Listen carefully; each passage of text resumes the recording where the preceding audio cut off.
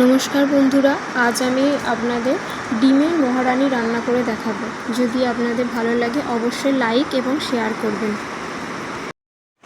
প্রথমে কড়াতে সাদা তেল নেব এবং সেদ্ধ করা আমি এখানে 3টে ডিম নিয়েছি। এই ডিমগুলোকে ভালো করে ভেজে নেব। ভেজে নেওয়ার পর কড়া থেকে ডিমগুলো ভেজে তুলে নিলাম। কড়াতে সর্ষের তেল দেওয়ার পর একটা শুকনো লঙ্কা, হাফ দারচিনি আর 2টো এলাচ দিলাম আর 2টো লবঙ্গ দিলাম। এরপর কুচিয়ে রাখা ক্যাপসিকামগুলো সব দিয়ে দিলাম আর ভালো করে ভেজে নেব।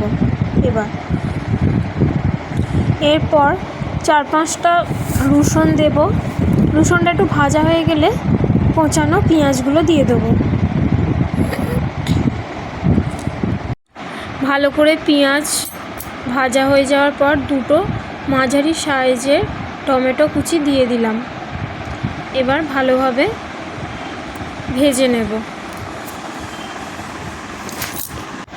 ভালো করে ভাজা হয়ে যাওয়ার পর কয়েকটা কাজু বাদাম আর কিশমিশ দিয়ে ভালো করে ভেজে নেব।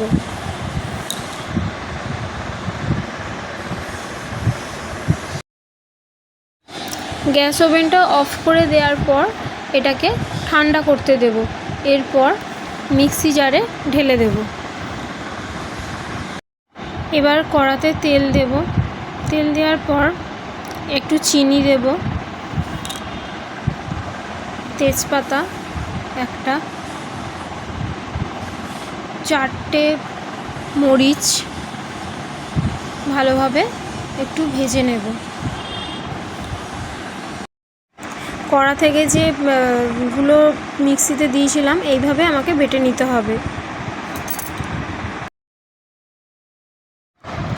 এবার ওই যে পেস্ট করেছিলাম সেই পেস্টটা দিয়ে দিতে হবে কড়াতে।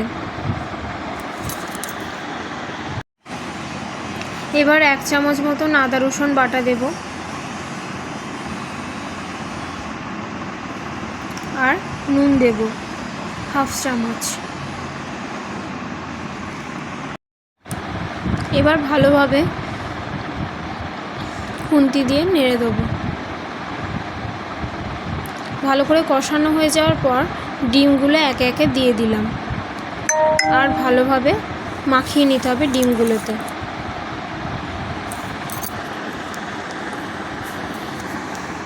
এবার জল দিয়ে দিলাম কিছুটা।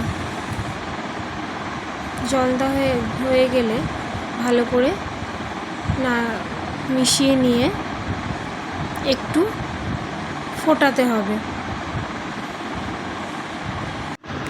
এবার 1 চামচ মতন গরম মশলা দেব। গরম মশলাটা দেওয়ার পর ভালো করে মিশিয়ে নেব।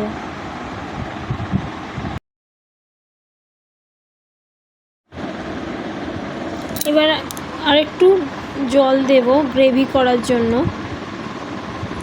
এই রান্নাটা খুবই সোজা, 2 মিনিটের মধ্যে হয়ে যায়। আপনারা ট্রাই করতে পারেন, ভীষণ সুন্দর খেতে লাগে। একটু নুন কম হয়েছিল তাই একটু নুন দেওয়া হলো। কালার হওয়ার জন্য 1 চামচ কাশ্মীরি লঙ্কা দেব আর ভালোভাবে মিশিয়ে নেব। এবার একটু ভাজা মশলা দেব। এবার কাসুরি মেথি 1 চামচ মতন দেব আর ভালোভাবে ফুটতে দেব। কিছুক্ষণ চাপা দেব।